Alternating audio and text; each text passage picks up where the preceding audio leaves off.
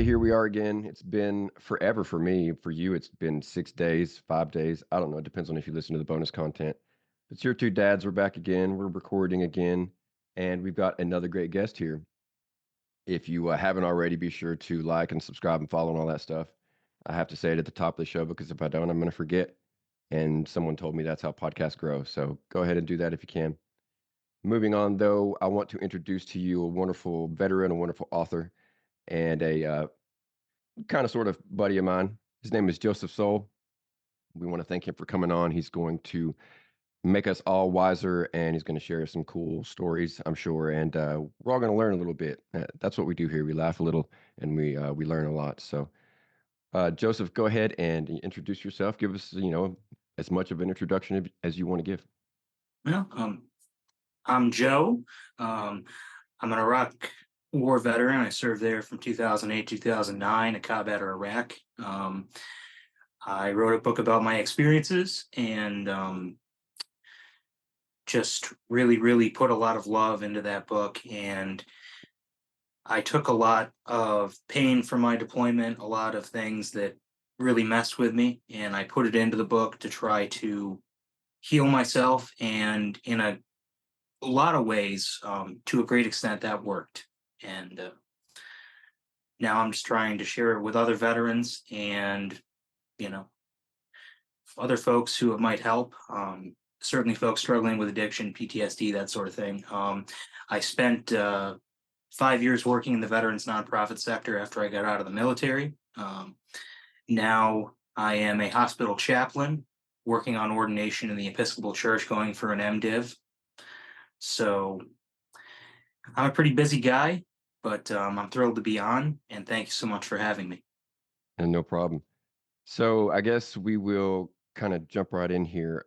If any of my questions sound well, I'm not smart enough to think of the term that would describe what they would be, but basically, what I'm getting to is just recently I published a podcast episode with another Army veteran that had published a book about his time, and we talked about how it, was a healing process for him, and is something similar to journaling and the mental health process.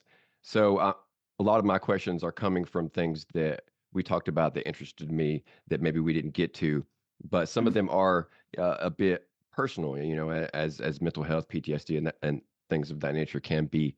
So if we ever do cross a line, just be uh, just let it be known that was unintentional, and steer us back to wherever you're comfortable with, and only say as much as or share as much as you want. Okay. As I mentioned earlier, typically I leave my silly or icebreaker questions for the end, which saying out loud makes no sense at all. So we're going to go ahead and move those to the front of the episode and save the other more serious stuff for the end. And I guess if that's the stuff you came here for, then there's a skip button. Whatever you're listening on, you can skip ahead. I don't know how far to tell you, but just skip ahead a little bit. So anyway, starting out, these are things that either either I've asked before or that I saw on your Facebook page that interested me. So first and foremost, I was wondering if you could only have one media forever from now on, are you going to pick Lord of the Rings or Star Trek and Star Wars? Man, You're that basically is a stuck with fantasy or sci-fi, one or the other.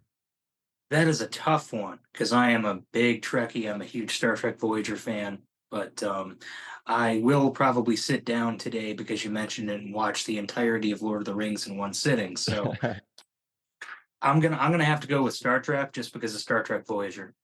Yep. Right. I do love. I don't know. I'm glad I don't have to pick myself. I do love Star Trek. I've loved it. Oh man, I don't know how long. I think it really clicked for me later, like as an adult, when I was watching Star Trek: The Next Generation, and they had that episode where Picard is on the planet, and they basically teach each other to speak in metaphors. Darmok and Jalad at Yeah, yeah. Tanagra. And Yes. it blew my mind that by the end of that episode, I could understand what they were talking about. And after that, I had been, a fan of the movies and whatnot, but after that point, I was like, I'm definitely missing other things, and it's time for me to really dive in. And I pretty much devoured most of it. I didn't finish. I didn't finish Voyager. I missed like the last, I don't know, half of the last season. No one listening cares about this, but this is what I meant when I said this is a lazy river. I mean, And I do, because I want to encourage you to finish that that Voyager series. It's a there you great go. ending. I can't. I think like the blonde alien girl. I think she like left or something, and shortly thereafter I stopped watching. Not because of that, but just to give you an idea of when that happened. But I went right through Next Generation. I love Lower Decks. I like Strange New Worlds. I didn't really get into the one whose name escapes me, where they go into the future. Um, Discovery, yeah. yeah, yeah, I didn't like that one as much. It was just so much. Like it wasn't really space stuff. It was like time travel stuff. Not to say that, that wasn't other people's cup of tea, but that one really didn't stick with me. Picard I enjoyed, but I haven't watched like the newest season. But Hmm. Yeah. by and large, I've always I remember like when I was really, really young, my mom took me to some guy's house and he was obviously a huge fan because that he had like models hanging from the ceiling all around of the Enterprise. I guess different versions of the Enterprise. I can't really remember exactly the how they deviated, but I remember there was a lot of them. And ever since then, I was like, wow, Star Trek, that must be cool. Yeah. And like when I look at it, it's like Star Wars is adventure, but Star Trek is like hope. Like I Mhm. want I want us to be Star Trek, but I Yeah. wouldn't mind taking a trip on the holodeck to Star Wars and pretend to be there for a while either. Yeah. So Yeah. that's cool, I feel the same way about that. I want us to be Star Trek so badly. right? Okay, so leading off of that, I was wondering, we'll just hit them both, I suppose. What's your favorite Lord of the Rings character? Oh God. Honestly, Samwise Gamgee, he carried the entire party. I Really, mean, he is the you know, anchor. he doesn't get enough credit. This guy's just a gardener in a war, man. That's what he is. He's a gardener in a war, and he didn't want to even leave the Shire. He didn't want to step over that line, but thankfully he was encouraged to do so. But then at the end, he had to, well, I won't do any spoilers for anyone that may have been living under a rock and not seen that movie, but um, yeah, he really, he carried the party. So Yeah, I would not have expected that. That's a really good answer though. I think that I'm not gonna surprise too many people when I say my favorite character is Boromir. I remember crying. I think if I watched it today, I might still cry when that scene comes on. Once again, not to spoil anything too bad. But moving on to Star Trek, who's your favorite Star Trek? We'll keep it kind of restricted, and maybe you've already answered this. To who's your favorite Star Trek captain? oh, my favorite Star Trek captain. Let's see. I'm gonna have to go with Janeway. I because she had the audacity to go into the holodeck, reprogram a character that she liked, then turn around and say coldly without missing a beat, delete the wife. Like what? That's one of those very specific details that I could never be like, oh yeah, well Kirk did this. Like I'm not gonna have anything that's really gonna be on the top of my or off the top of my head that can compete with that. But she does have a lot of fans. It's I remember for a while there, all she got was hate. But I think that now maybe and I'm not trying to be too like liberal with it, but maybe like we're evolving and we're like, okay, it makes sense to have a female captain and I like what she did. She's cooler. That's just me like basically putting my words in everybody else's mouth though. And last but not least, Star Wars. What's your favorite Star Wars movie? Favorite Star Wars movie? Hmm, a lot of good ones, really are. You know, I'm gonna have to go with the entirety of the first three episodes, but mm, probably probably Empire Strikes Back because I loved that one as a kid because it seemed the most military of the movies, with the ground troops at least, and I wanted to be a soldier from when I was a young kid. So I kind of admired those guys defending Hoth from the Imperial Walkers. And, I tell you, those ground pounders, in the Rebel Alliance really don't get enough credit. It's all about the It, pilots. yeah, I mean they really just consider them to be laser stoppers, and they don't get a lot of screen time other than just Yeah. firing back and forth and then dying. Yeah, I do have a bit of a kinship with Empire. I actually was turned on by GI Joe to the military, so that trend, that kind of, well, ground and pound for the most part, action, uh, it like translated well to Empire with the Hoth battle and all of that. So I really do. I feel that, man, what they should do, like some sort of, they got a spin-off for everything these days. They should yeah, do some sort of like cartoon about the Hoth, like a Hoth. It could even be like Lower Decks, where it's kind of funny, but it yeah. would be good to get them some recognition. Okay, so cool. Moving on here, I saw that you were a guitarist. I was wondering what your I favorite am. music was. I'm sorry. My favorite what? Music, Oh, my favorite music. I'm a big folk and bluegrass guy myself. right on. And I've dipped my toe in there a little bit just because of my grandpa. I like goodness gracious, Steven Seagal's is kind of a bluegrassy band that I like. Um, God, there's another one that's like super famous that I kind of sort of like, but their name escapes me. Anyways, this is not about me. This is for those that actually are fans. So for their interest, who is your favorite, bluegrassy band or artist or group? Oh gosh. Honestly, I like Randy Travis's cover of "Will the Circle Be Unbroken." I've actually heard Um, that one. and it's very heartfelt, and I guess most folks probably wouldn't consider him a bluegrass artist. That was more of a cover than his main thing. To be honest, I just turn it on in the background, and I kind of listen to it for the sound and the music, not particularly the artist. Like what their name is really. I will tell you that kids in detention hate bluegrass music because I was working as a substitute teacher and I had to run detention for a whole year, and they hate bluegrass music. Drives them crazy. That's it's good to know. If it's kind of like where I can't even remember. At one point, the army was using like Metallica as a form of torture, and that's I think that it probably bluegrass would work just as well. That being said, though, it's all a matter of likes and dislikes. I do like a little bit of bluegrass. I've always been kind of favorite or I favored the bluegrass like musician. I remember when I was a kid, I wanted to learn. My grandpa taught me guitar, and then he was like, "I can teach you bass if you ever want to learn." And I was like, "Well, what I'd really like to learn is the fiddle and the banjo." And he was like, "Well, I can't teach those, and they're really hard." And he was like so supportive of everything else in my life that I was like, "Oh wow, he didn't support me in this. Like, they must be really bad." So I just never really Oh, bothered. You got a dog? yep, I got a little dog in here. He wants all the attention in the world. Oh, he's so cute.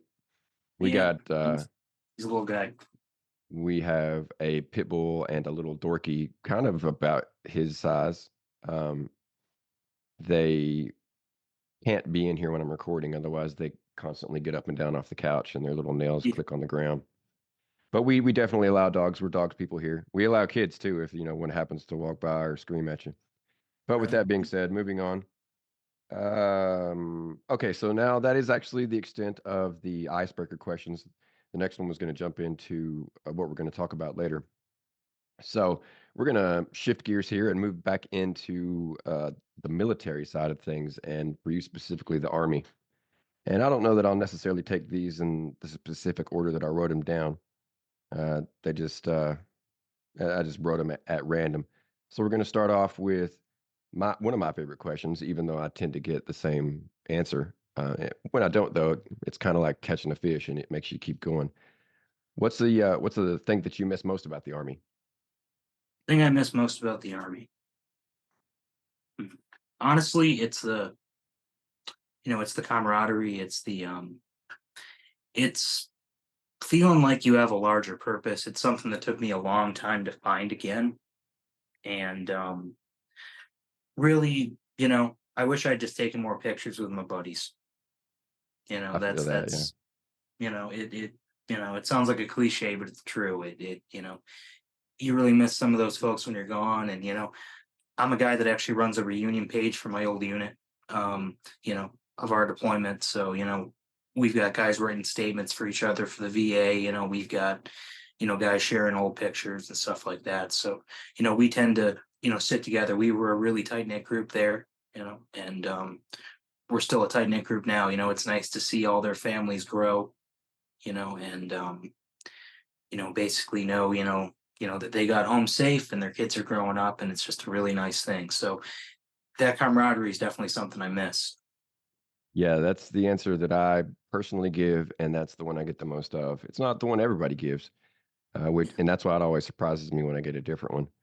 It was just really easy to make friends with other soldiers.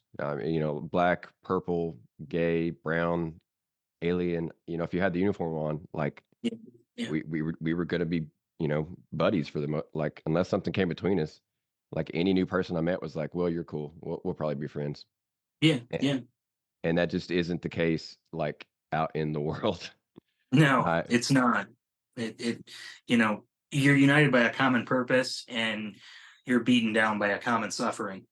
Yeah. And you're like, okay, we're all in this together. We're gonna get through this. Yeah, like you knew that no matter how bad your day was, like that guy beside you had it just as bad, and Yeah. he was just as happy to hear you complain about it as you were to complain about it. Oh, thrilled, thrilled. I mean, I think our national security industry runs on the complaints of soldiers. I mean, Yeah, it's I mean, it's got if to we be could turn that fuel. into a form of energy, yeah, a form of fuel, that'd be Yeah, great. yeah, you know. Okay, so kind of peeling off from that, but not too awful far. What was your favorite time in the army? Like, did you have I mean, I don't know that this would be it, but did you have a favorite stretch of deployment or basic training? What was your happiest time? Happiest time. Hmm. Honestly, the best time and the worst time was Iraq. That was the best time and the worst time. I never got closer to a group of 40 people. Um, and I never had more fun, with I never made those kind of memories with another group of people that can even compare. And the best and worst time, it's going to be both. It would have to be that 2008 Iraq deployment. That that makes perfect sense. I was going to ask what was your worst time, but it just follows that both could be from the same stretch. I was Yeah. wondering, I did deploy when I was there, not where you went, but when I deployed specifically, I played a whole lot of video games. I was wondering, what do you guys do for fun? Uh, when we were over there, I think it was Grand Theft Auto, the one in New York City with the Slavic gentleman who I know what you you know mean, but as far as the name, I uh can't remember. I've played it, but I can't remember the specific one. yeah, anyway, I can't remember, but it's set in Liberty City, and my buddy always had his it seemed like his video game console was constantly on. So yeah, I just kind of sit there and watch him play that, and just it's kind of weird, you're just okay, we're not in Iraq, we're just chilling on the couch at home. So, it's cool. Yeah, that we had. There were times where we were all on the same because our living arrangements was like one, two, three. I want to say six, maybe five or six to a hut. And Yeah. there were times when we were all on the same schedule, and when we would be, it was always Xbox 360 and Clint Eastwood movies.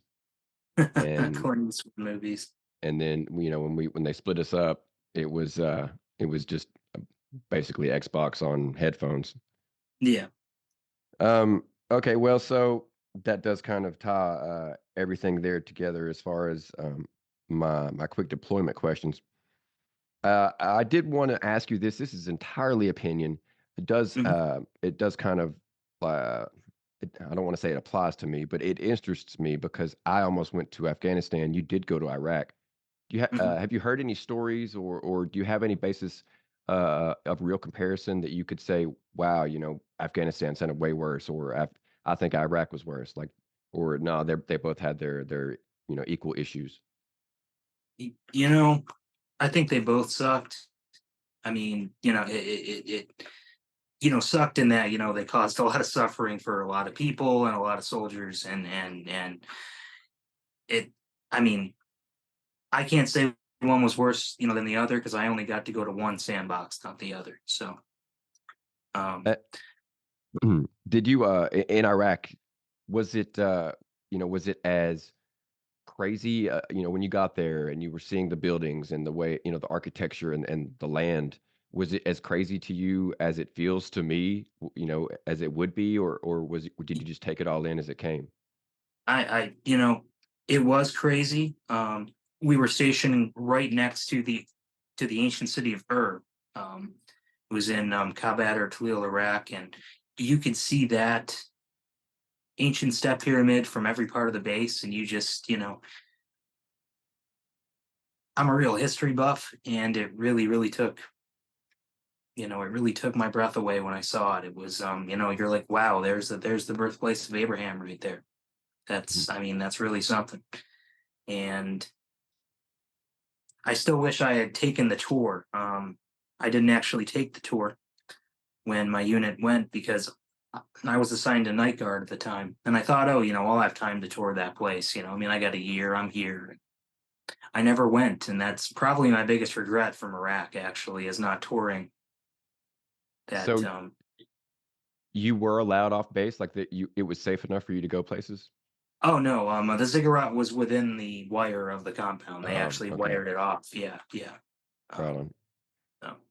So, and this I don't know why this interests me, maybe because I asked this in one of my most recent interviews. But what was the food like? Was it any, I mean, deployment food is deployment food, but did they go an extra step to try and make it better for you guys, or was it just what you expected? Ma'am, by 2008, we had a really good DFAC because it was actually, it was a large air base, so I think we had like access to somehow some better Air Force food. I don't know, but the food was pretty good. So I really, I really couldn't complain there. We, Right on.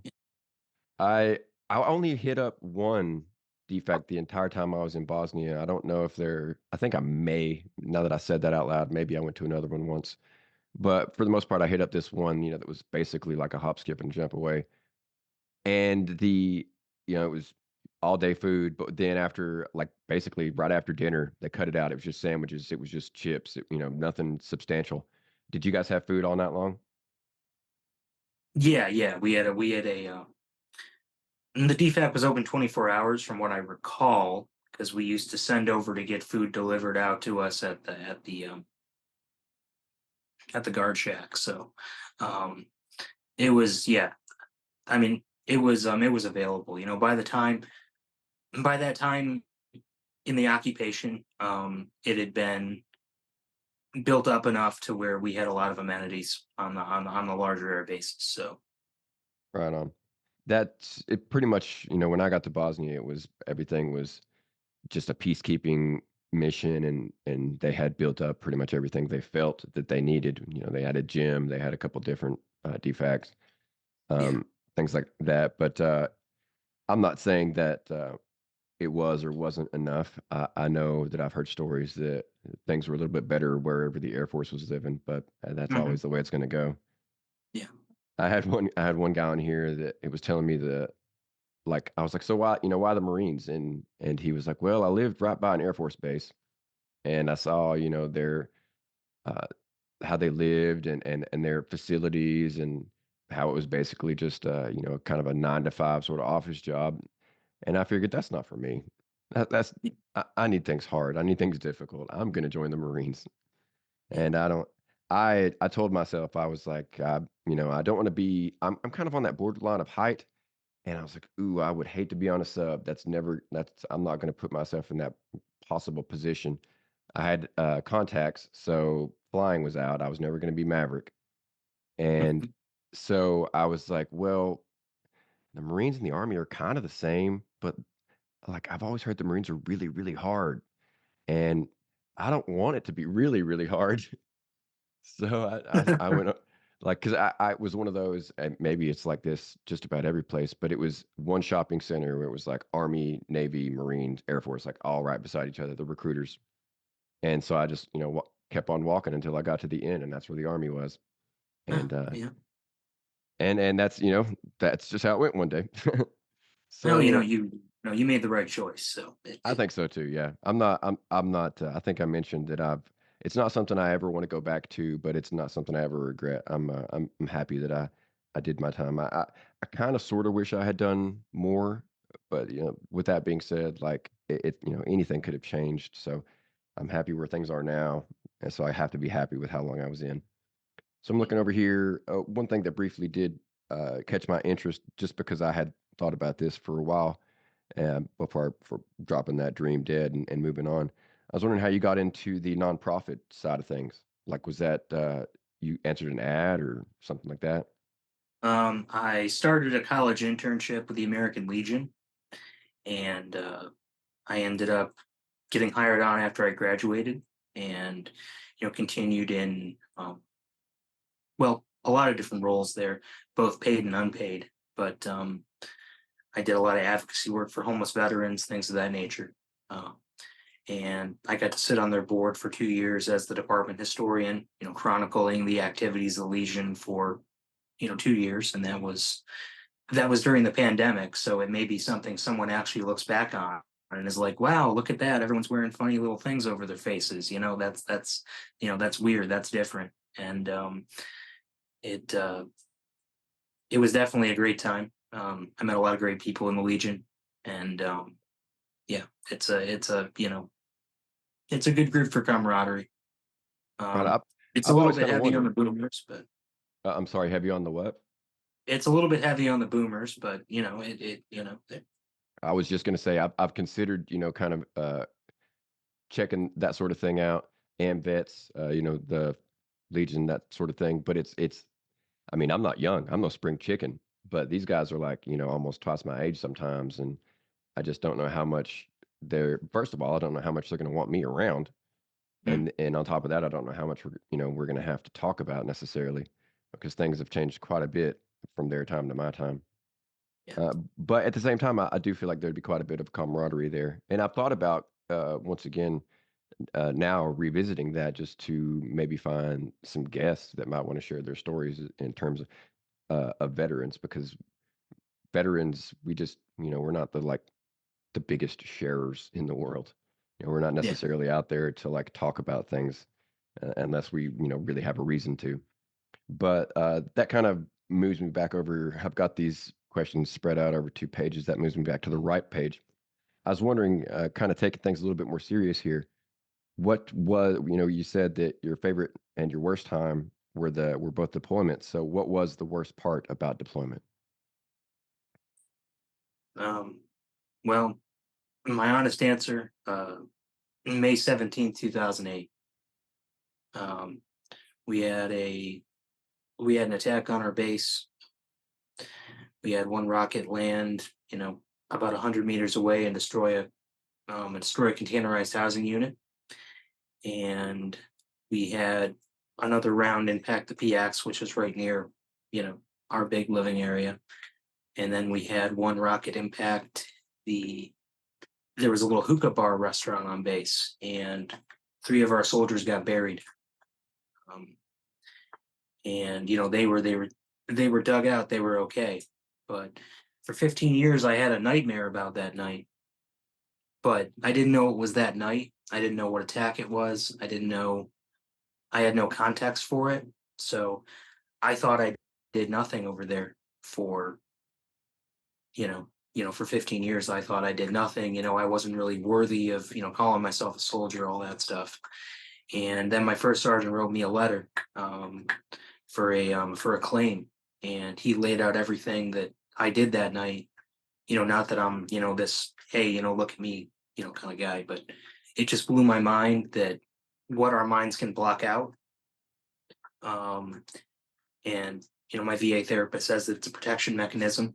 It just you're like, nope, no, thank you, because I only have four little snippets of that night, but apparently I did. I ran from place to place, with another soldier as part of a personal reconnaissance recovery team. Um, and I ran around looking for our missing guys. And for 15 years, I had no idea. It just completely, I went no. There were a few other bad nights. We lost 7 soldiers in a helicopter crash. And I went to their dignified transfer ceremony. That was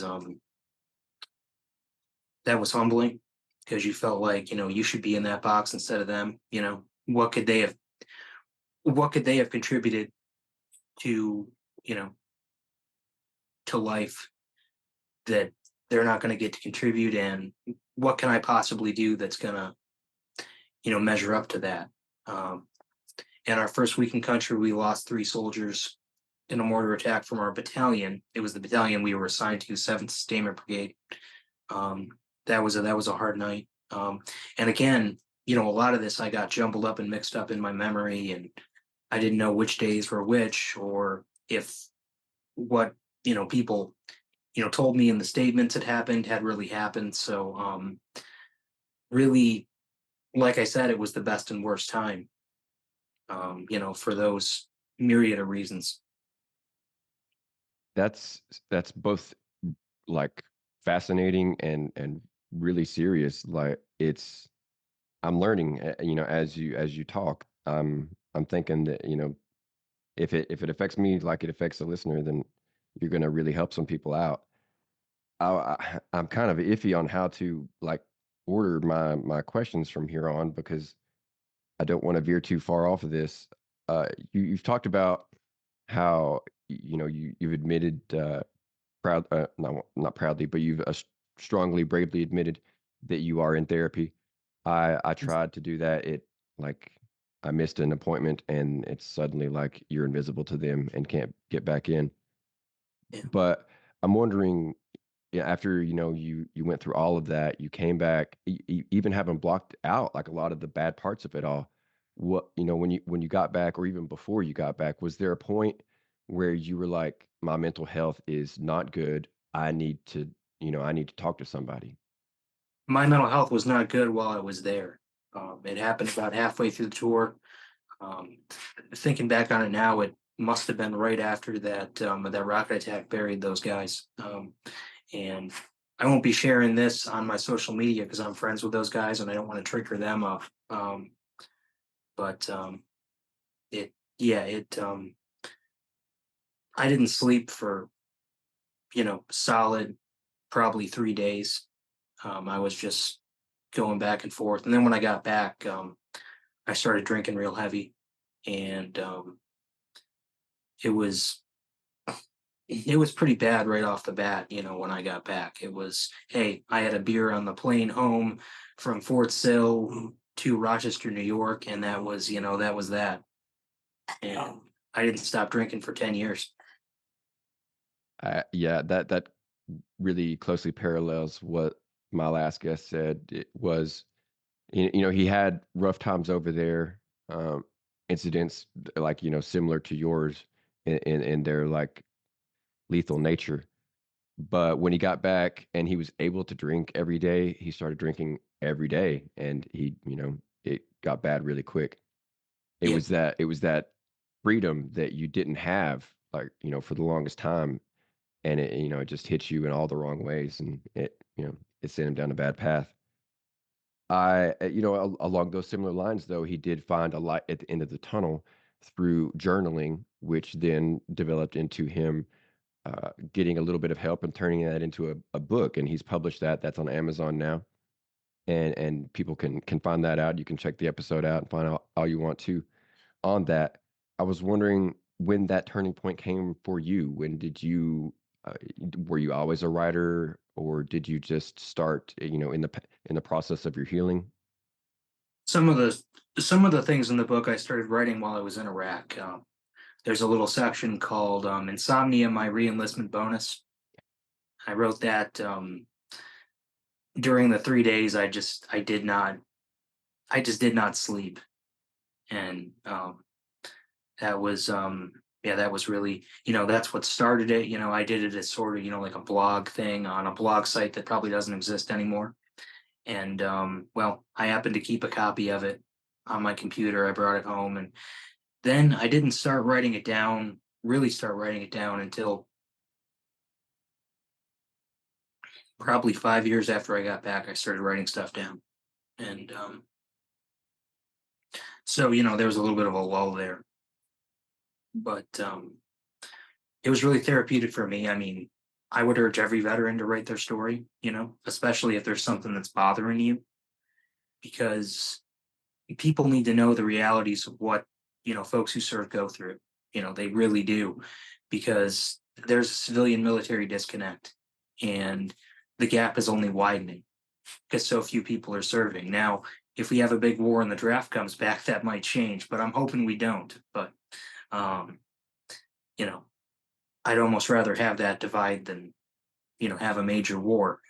Yeah, it's yeah, I mean, it's rough, like, you don't want them to look at us differently like it is slowly becoming, but at the same time, it's kind of a smaller price to pay. It's a price to pay, and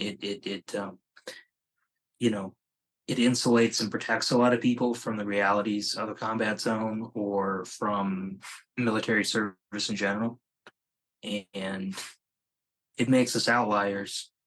But I think it also means that we have a unique voice, a really unique voice, and every single veteran story has value. Whether you were stateside your entire time in service, or you deployed to Bosnia or Iraq or Afghanistan, you know, Korea. Those stories have impact. And those stories matter. And I would urge any veteran listening to write their story. It you know, it really helped me, and now I got a published book out of it. So you never know. Yeah. I mean, and even if you don't get a published book, it still might bring you some comfort, some Ex- healing or something. exactly. So whew, okay, that was some serious stuff. I can't say we're not gonna delve back in there before the end here, but I do want to touch on something that is a bit it's one of those things that interests me, but I've never really given any serious thought to, and that is your status as a Freemason. Yeah. I don't have enough knowledge of this to really give any kind of intro to what that is to the people. But if you could just tell us a little bit about, what it's like being a Freemason, maybe how you got started. I got started in Freemasonry because my father was a Freemason and my grandfather, and I was looking for that, camaraderie and fellowship, that we missed from the military, right? And I found that in the lodge. There's a lot of good brothers. There's a lot of veterans in there, in the first place, but I found a lot of good brothers there. I found a lot of good lessons there, um, and you know, it really is a system of morality that's just veiled in allegory, and it's illustrated by symbols. And it's a really beautiful thing, and it's taught me a lot about how to regulate my life. It actually helped me, sober up. So, um, and it's basically, we take good men and we make them better, and that's what Freemasonry is all about. And I'm as proud to be a Freemason as I am to be a veteran. Really, it's right up there with one of my you know best and worst times. Is being a Freemason as well. So I actually just got into the Scottish Rite. I'm a 32nd degree Scottish Rite Freemason. So that sounds more impressive than it is, but it's just a very interesting. It's a very interesting philosophical journey. It does, just from the outside, feel like it's very influenced by philosophy. Once again, from the outside, I can't even tell you what philosophy, but like just the belief system and the fact that, like you said, it tries to make people better.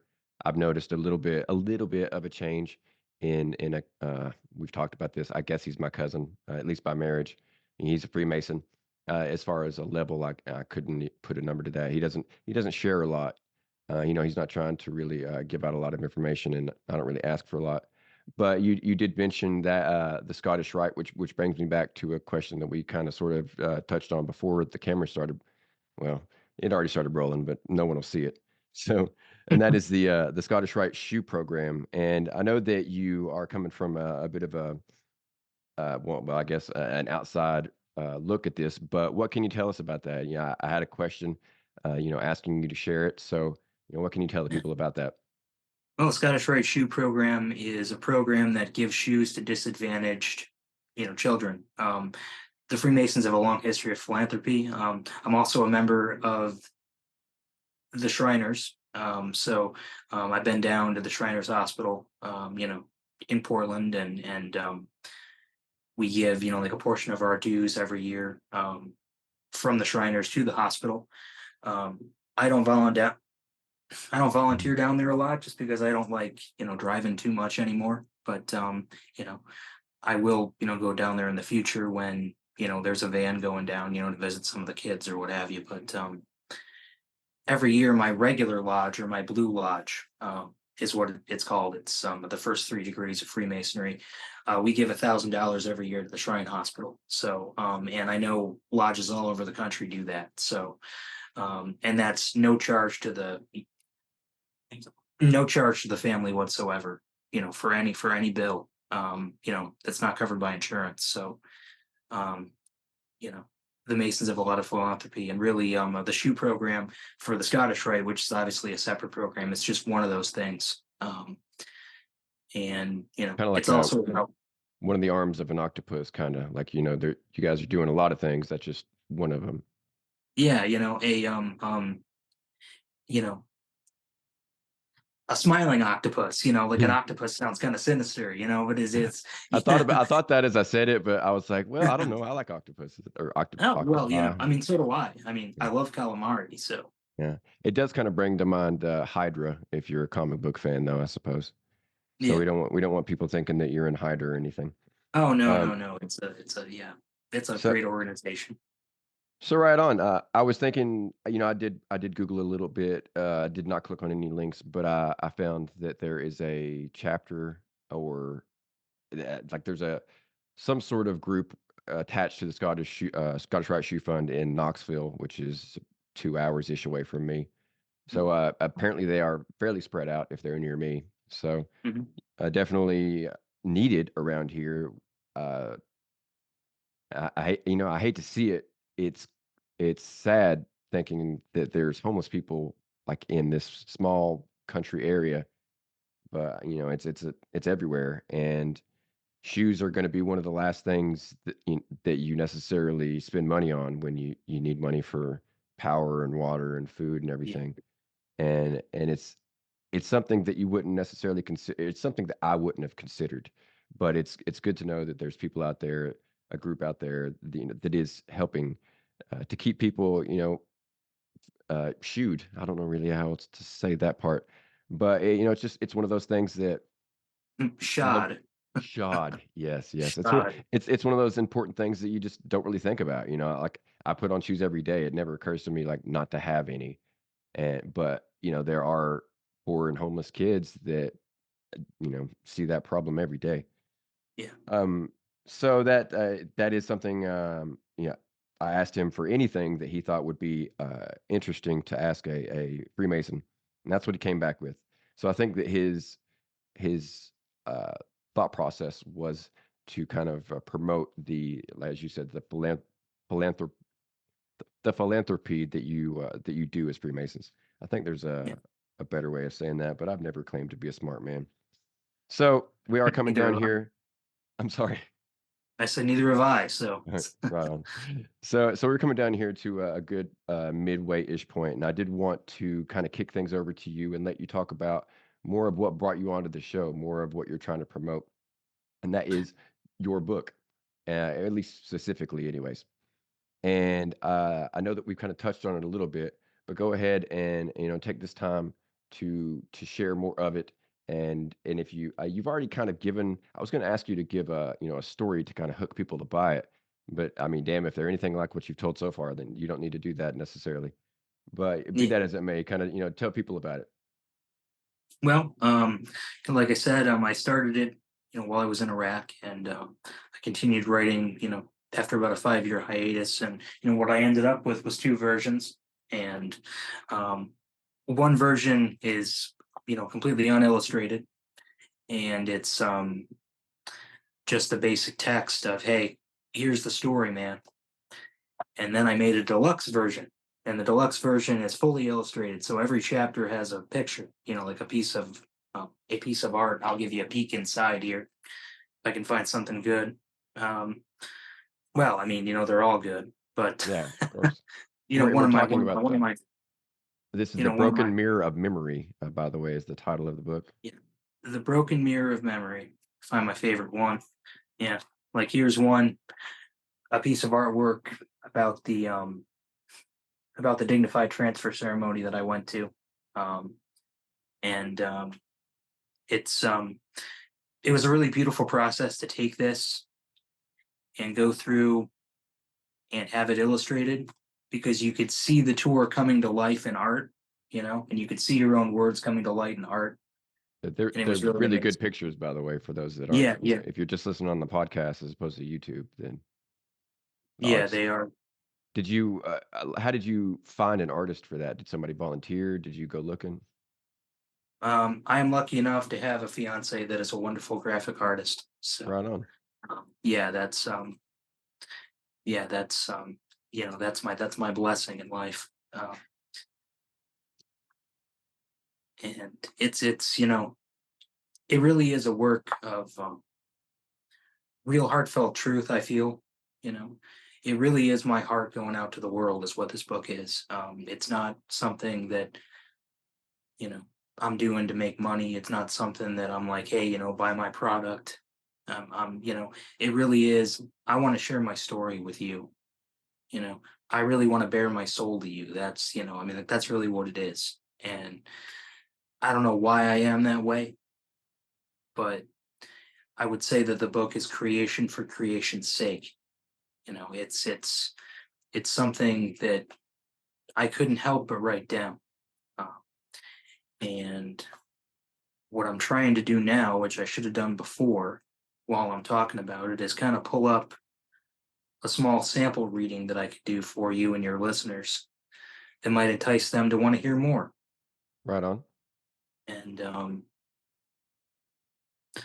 so I suppose I will start with from my other version because I have it marked off a poem called Stuck in These Boots. This is about being at the dignified transfer ceremony for those 7 soldiers who were killed in the helicopter crash. That would have been September 17th, 2008. Um, anyway, stuck in these boots. I can't just put those men away in boxes. Sand whips by us, and it feels like a cold night. It must be 65 degrees. We stand erect at perfect attention. Our shadows are carried in boxes. They are men we might not have liked in life. We don't even know their names at present. But there we stand, our bodies aching from holding that same hand salute. The flag draped coffins, red, white, and blue, and the chaplain offers a prayer. How did we get here? Sorry. Um, I feel stuck in my boots and I want out. That should be me in that box, and I know it. I can never live it down. I can't move. So I'll just stand here, saluting, on this tarmac, in the middle of the night, for the rest of my life. And yeah, there's moments in life where you get stuck, and it's a real hassle to get unstuck. And there's some moments that if you leave them, you dishonor the moment.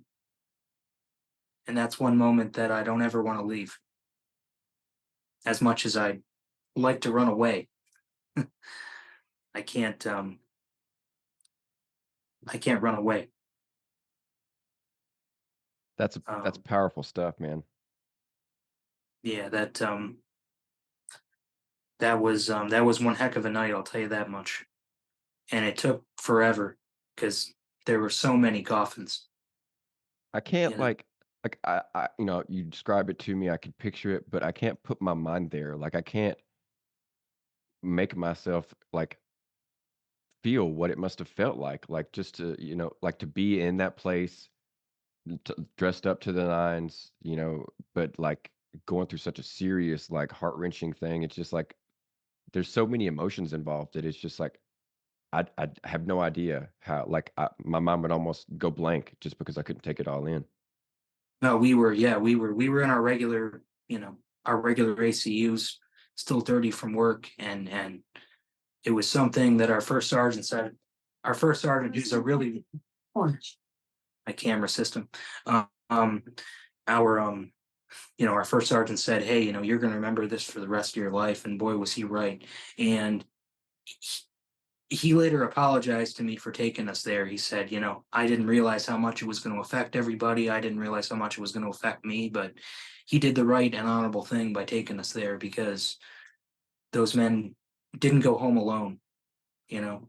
They were carried with honor from, where they died all the way home to Dover and all the way to their final place of resting. And that's an important sacred obligation that we had because we all knew because of the attacks, the rocket attacks, and the possibility of convoy duty, which I had once, which isn't much for a guy that's been under the wire 200 times, but um, it's still dangerous.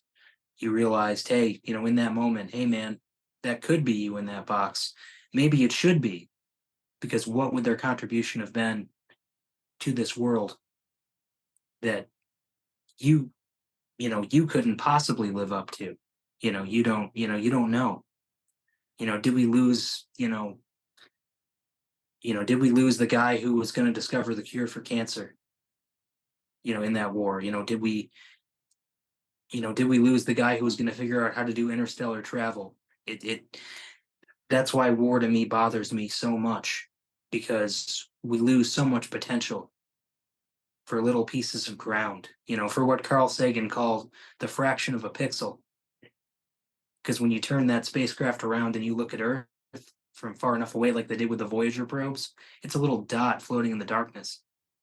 And we're going to fight over little fractions of it. Like we think it's important. We're so arrogant. It's amazing. It really just blows my mind. Um, so, and I suppose I'll read you May 17th, 2008. That's a short little chapter. It's about a page and a half. It's something that I added to the book, and the reason why I wrote the deluxe edition is because I started getting statements for a VA claim from my first sergeant and my commander and my squad leader. And I didn't remember this night very clearly. I had four little snippets, and they'd always wake me up around 3 in the morning. And the dream bothered me for you know for 15 years until about 2 months ago when they were writing those statements, and I got them in the mail, and I was like, "What the heck, man? I don't remember any of that." But okay, you know, if three people are saying it and they're not working together, and they're you know senior NCOs and now senior officers, it's like, okay, I have to take that as truth, even if I can't remember all of it.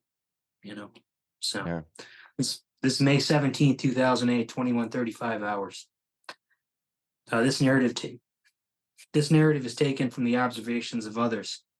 I have only four flashes of memory from that night. They are broken up and fragmented.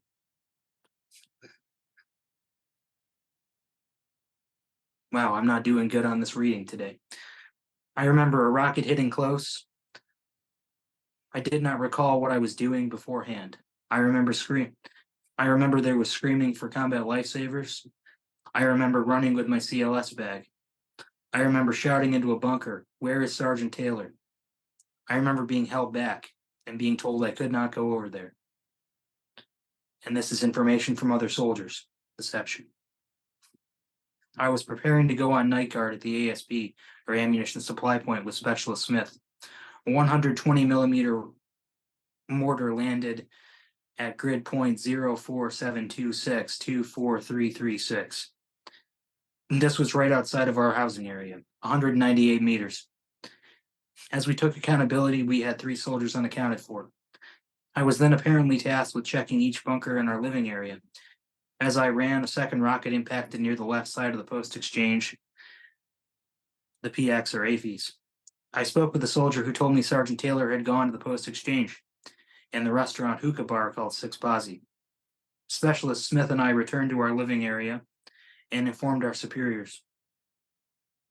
We were then ordered to move to the designated assembly area at the PX and ascertain if our soldiers were there.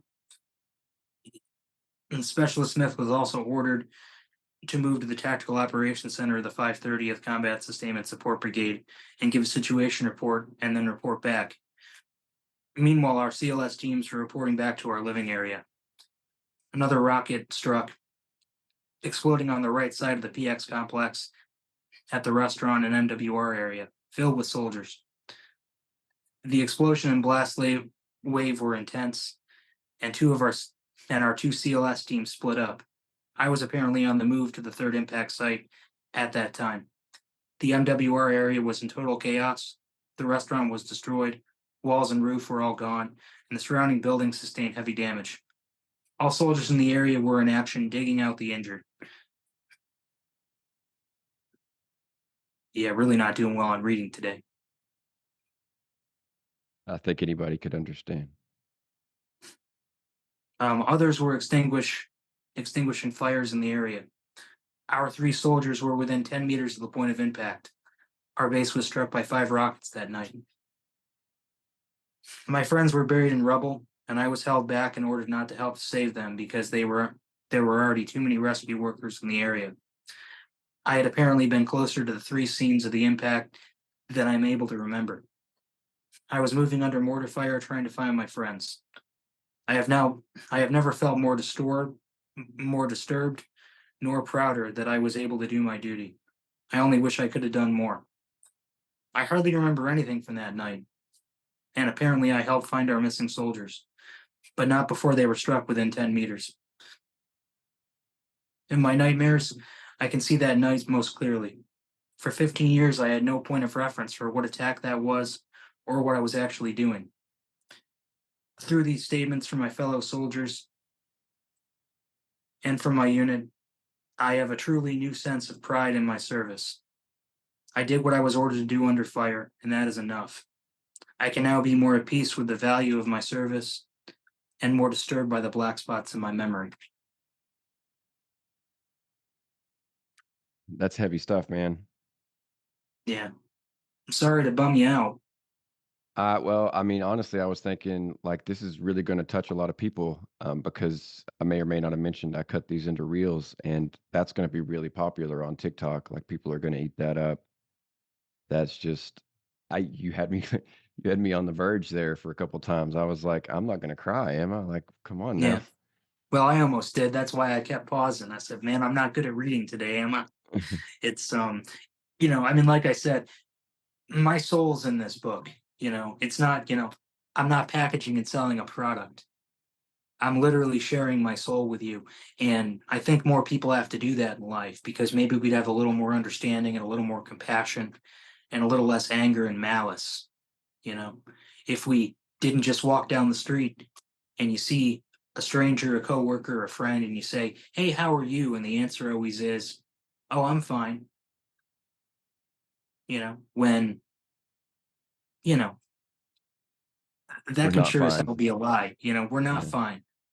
Th- Things are not fine. Is that what George Carlin said? Hello, all. I am not fine. And there are good times too when you are fine. And that's good. Life is a wave; it goes up and down, man. But I feel like if more people were willing to just bare their soul to the world and just be honest and say, "Hey, this is my heart," maybe we get hurt more, but I think we'd have more love too. And I really wish, more people would do that. Working as a hospital chaplain now, the things I see in the hospital now really make me value, being alive now in a way that I didn't have before, for a long time. And again, I'm not, I don't mean to bring it down, but I 22 veterans a day commit suicide. And I was one of those guys that was considering that for a long time, for a long damn time. I didn't see any value in my service. I didn't see any value in myself. And what I learned through therapy, through, support from guys in my unit, I learned that I had more value than I ever knew. And, I can tell you, anyone that's listening to my voice or, seeing me right now, is that there is value in you. And if you could see yourself how God sees you, you wouldn't be able to look at yourself. You'd be so radiant. You wouldn't believe how God must see you, how much good there is in you, how much value is in there, right in there. I can see it in your eyes. I know it. And if more people bared their heart, if more people bared their soul, I think we'd have a better world. And that's really why I wrote the book. And that's why I really want to share the book with you, because we need more understanding in this world for so many people. Strong words and an awesome sales pitch for the book. If someone listens to that and then doesn't want to read it, I don't know what kind of person you are. Uh, I'm uh, I'm gonna be getting it after this, that's for sure. Wow. Okay. That does kind of bring us here toward the end. Assuming that you didn't have anything, website, something of that nature that you had also Um, going on. yeah, you can follow me on X at Joe Soul 2. Um, yes, I have another profile. And that's why it's at Joe Soul 2. The other one wasn't just taken. I don't think there is another Joe Soul, but anyway, yeah, just feel free to follow me on X, and just message me. If you're genuinely hurting. If you're a vet that needs advice. You know, I do want to hear from you. Whether you buy the book or not. I want to be there to support you. And if you do buy the book, I'd love to hear your thoughts. And just a quick thing: if you do buy the book and you love it, a review with pictures goes a long way on Amazon. I tell you that much. Right on. I'll keep that in mind. I read, it may have been you that posted that. I read something just the other day on Facebook about how, leave reviews even if you only read some of the book. Like you don't have to finish the book to Mm, leave the review. yeah. Um, so I think it even said if it's negative, it still helps like somehow. Which don't leave negative reviews. Just don't leave a 4 star, and or if you don't love it, leave 4. But if you like it, leave 5. So that as I said, just kind of brings down here to the end, and it's not going to go a long way towards like remedying the somber tone that we found ourselves in, necessary though it was. I do like to end the podcast on a joke of some kind. Sometimes they're actual jokes, sometimes they're just silly dad jokes. I didn't leave myself any time to find a good one this time around because I didn't look until about 10 minutes before we started. So I've just got 4 dad jokes. I'm just going to tell them all, and hopefully these 4 different jokes will amount to one funny joke. Some people hate dad jokes, some people love them. So, real quickly, a guy walks into a bar with a piece of asphalt under his arm. He asks for 1 beer and 1 for the road. When does a joke become a dad joke? When it becomes apparent. How do celebrities keep cool? They have many fans.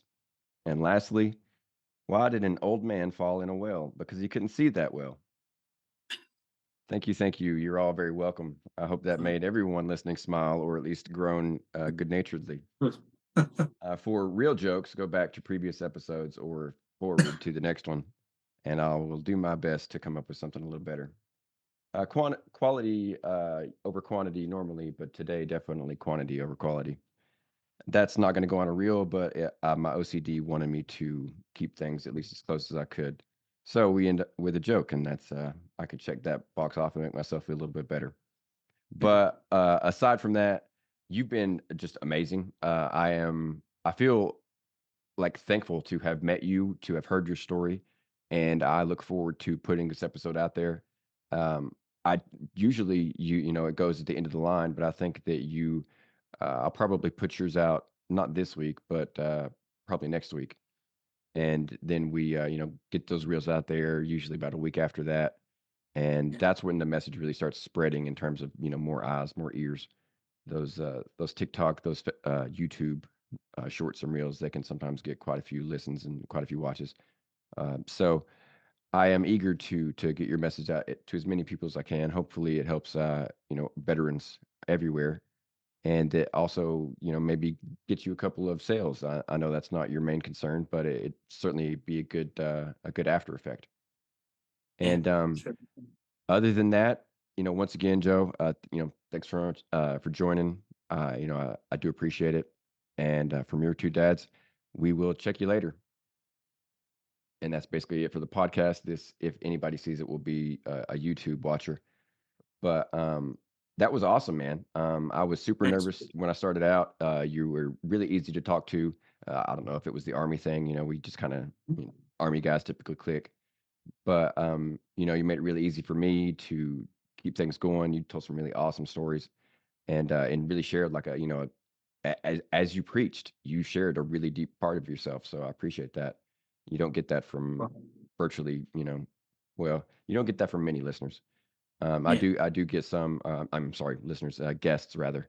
I do get some guests that share some pretty deep stuff. I never want to ask, but it's always good to get that out there for other people because Yeah. that's the part that really helps the most people. Like you said, when you bare your soul, that's when you're really like changing people Yeah. or opening their eyes, so to speak. Yeah. Um, but that I guess is going to do it for us here. I will continue to follow you on.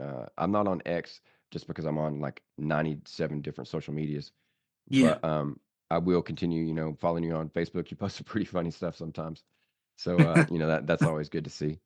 And I didn't get into I didn't want to get into some of it because I didn't know how comfortable you were, but you touched a chord with me on some of the psychedelic type stuff you post because I'm kind of into that like I'm into that whatever it takes to feel better type of thing, when it comes to mental health. Um, I've Yeah. tried ke- I've tried ketamine. I know the army is trying doing testing on MDMA and stuff like that. Yeah. So, yeah, I think they might have read something about psilocybin tests that they were doing. I know these things definitely can help you. So it was cool to see you posting about that. Yeah. Um, The entire half of the book is all about psychedelics. right on. I So actually had a question where I was going to ask you what your favorite psychedelic was, but I was like, I don't know this man. I can't just ask that question. Like he might, yes, you can. well, now I know. Um, so, Magic mushrooms, by the way. that's probably the most prevalent around here. I think my favorite. I've not been too awful experienced with them. Mushrooms make me throw up basically every time. Mm, My favorite trip came from salvia one time okay. when I was in Hawaii. I've never seen it sold anywhere except for Hawaii. But I remember I hit it. A guy told me it was weed, and I was like, "Oh, weed. Okay, I've hit that." And I hit it as hard as I could, and I literally thought I was in the Matrix. Like Yeah. I like was I laughed until I fell on the floor, and then I looked up and saw the wall melt, and then I was Neo in that like tube thing when it opens up and spits him out, Yeah. and I was like, "Oh my god, what's happening?" It's happening to And me. yeah, and I'll never forget it, and it was really fun. But by and large, where I live, East Tennessee, psychedelics are few and far between. So I Yeah. try not to. I don't know it. I don't have friends like in general, so I don't like have anybody to be like, hey, I found this from a buddy. You want to try it? So I'm Right. just. But that's cool. I'm glad that you practice what you preach when it comes to that too. As opposed to what is it? Not practical because you are being practical. It doesn't matter. This isn't going on the podcast anyways. So That's okay. I that's the end of my stuff. I asked you pretty much everything I had, um, and that was what I considered to be a pretty good episode. Anything for me before we Awesome. go ahead and kick out here? Yeah, just if you happen to have any podcast hosts anyone you're connected with that you might feel willing to do a referral to, I would greatly appreciate it. I'll definitely be sharing your stuff and letting people know to subscribe to you. Just trying to continue to get the message out there, really. So if you know anybody and you think I'd be a good fit for their podcast, I'd really appreciate it. Awesome. Well, I don't know if you are a member of any podcast guest groups where you advertise yourself as a guest. That might Mhm. be where I found you. God, I don't know. Yeah. My memory's shit. But I'm a member of a like I don't know 3 or 4 ish. So if you get any um, invites to those, it means that I've tagged you in what Okay. might be a good spot for you. And I do also know a couple. of podcasters that their themes fall in line with something that you would be a fit for. I know one guy Okay, that does like 35 different shows, so I know I'll be recommending you to him. great. So hopefully something along those lines works out and gets you even more exposure. Anything Yeah, I could do to help is going to be, that's a positive for me. You've got a good message, and I'll do whatever I can to help you share it. thank you so much for that. It's really been a pleasure. Thank you so much. I'd And be no thrilled to problem. come on anytime, and maybe I'll have to have you on my YouTube channel one of these days. Right So on. Sounds good. I see that you. At least I'm taking for granted that that's the Seattle Kraken hoodie there or beanie there. So yeah, yeah, yeah. I'm always a fond of meeting another hockey fan. I'm a Predators Oh guy yeah, myself, but nice. and it makes it, it's easier to be a fan of yours because being in different divisions, I don't have to see your team all the time. So it'll be much easier for us to be friends and to be friendly. This is totally off topic, but I met a just very briefly as you do on social media. There was this one girl posting about, oh, I'm so happy that opening day is coming up, and I was like, oh yes, I can't wait. Pitchers and catchers, da, da, da, go Braves. And she's like, well, I'm a Phillies fan, so fuck you. And I'm like, okay, moving on. Hey, wow, a Well, little hostile there. yeah, won't be following Jeez, you. So, jeez. yeah, I mean, whatever. Like you guys beat us at the last post. I don't know what you're so mad about. Anyways, so that'll do it for the whatever YouTube listeners get this. But man, like I put these up on YouTube, but podcasts, like that's where I get all my listens. I don't know. I think I just put these up on YouTube out of like habit at this point, just so that people can like watch it if they want to. But Yeah, we're gonna yeah, get yeah. you listened to on the podcast, and we're definitely gonna get you out on the reels and the shorts and stuff. So Awesome. hopefully you can see like hopefully you actually see some sort of increase somewhere that shows you that it's working. But be that as it may, like I would love to have you back, and Yeah. we will stay in touch. And have a good rest of your weekend. I'll talk to you later. All right, brother. You too. You take it easy. I'll see Thanks. you.